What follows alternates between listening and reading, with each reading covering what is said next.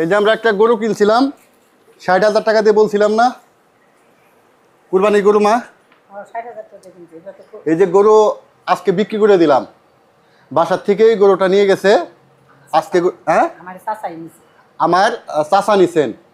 এই যে গরুটা দেখেন কত বড় হয়েছে, একটু দেখাও গরুটা, দেখাও কত বড় হয়েছে। এই গরুটা কত দামে বিক্রি করলাম, কে নিল, আমাদের বাসার থেকে নিয়ে গেল দেখাই। তবে একটা কথা বলি কি, এই যে গরুকে মানে কোনোদিন মানে কি বলে খৈল বলে, তারপরে কি জানি তুলা, সব সময় এই যে তরতাজা কাঁচা ঘাস, ভুসি, কুড়া, এইগুলো দিয়েই পালন করা হয়েছে। আসো একটু বাইরের দিকে আসো। একটি বিষয় কি, যে যদি একটু কষ্ট করা যায়, বাসায় যদি একটু জায়গা থাকে, ৫০-৬০,০০০ ১ লাখ টাকাতে গরু কিনে ১-১.৫ বছর পালন করে মানে মোটামুটি একটা ভালো অ্যামাউন্টে বিক্রি করা যায়। এই যে দেখেন, এই যে টাকা নিয়ে বসে আছে মা, আসো কাকা, আসসালামু আলাইকুম। ওয়ালাইকুম সালাম। আপনারা দেখতে চাইছিলেন, কেমন আছেন, ভালো আছেন? আল্লাহ রাখছে। যে আমার গরুটা আমি কত দামে বিক্রি করি, এটা আপনারা দেখতে চাইছিলেন। কাকা গরু কত দিয়ে নিলেন? গরু নিলাম বাবা ১,৪০,০০০ টাকা। ১,৪০,০০০ টাকায় গরু আমি সেল করছি। আমি কিনছিলাম হচ্ছে ৬০,০০০ টাকা দিয়ে। মা একটু আসো, এদিকে আসো। ৬০,০০০ টাকা দিয়ে আমি গরু কিনছিলাম। তো এখানে আমার খরচ হয়েছে, খরচ হয় নাই তা না, কিন্তু এটা ভেঙে ভেঙে খরচ হয়েছে। এক সময় ৫,০০০, এক সময় ২,০০০, এক সময় ১,০০০, এরকম করে খরচ করছি। ওই টাকাটা কিন্তু আমার থাকতো না। এখন একটা আমি একত্রে টাকা পাচ্ছি ১,৪০,০০০, ৮০,০০০ টাকার মতো এখন আমার হাতে আছে। মা, তোমার কি ভালো লাগছে? ভালো লাগছে। তো এরকম গরু পালা উচিত না মানুষের?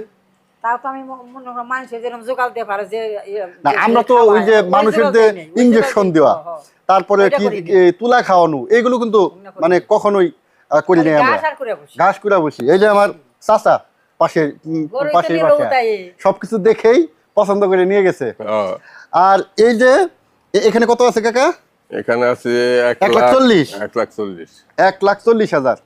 এখান থেকে একটা কাজ করবো আবার, যে আরেকটা ছোট একটা সার কিনবো, একটা ছোট সার কিনবো আমরা। এটা খালি হয়ে যাবে। এই চাচারি একটা সার আছে, ওই সারগুলো কিনবো, দেখাবো, আবার ওটা লালন পালন করবো, আবার ওটা কত বিক্রি করি, এগুলো আপনাদের দেখাবো।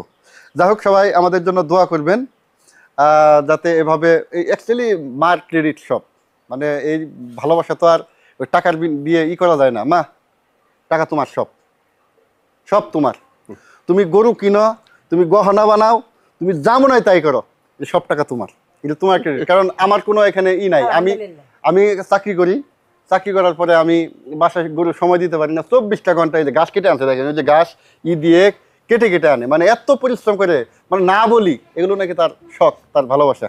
কাকা, তো আপনাদের কুরবানি কবুল হোক, দোয়া করি কাকা। খুশি হয়েছেন তো? আল্লাহ বলছে। সবাই ভালো থাকবেন। খুশি হয়ে নিচ্ছে।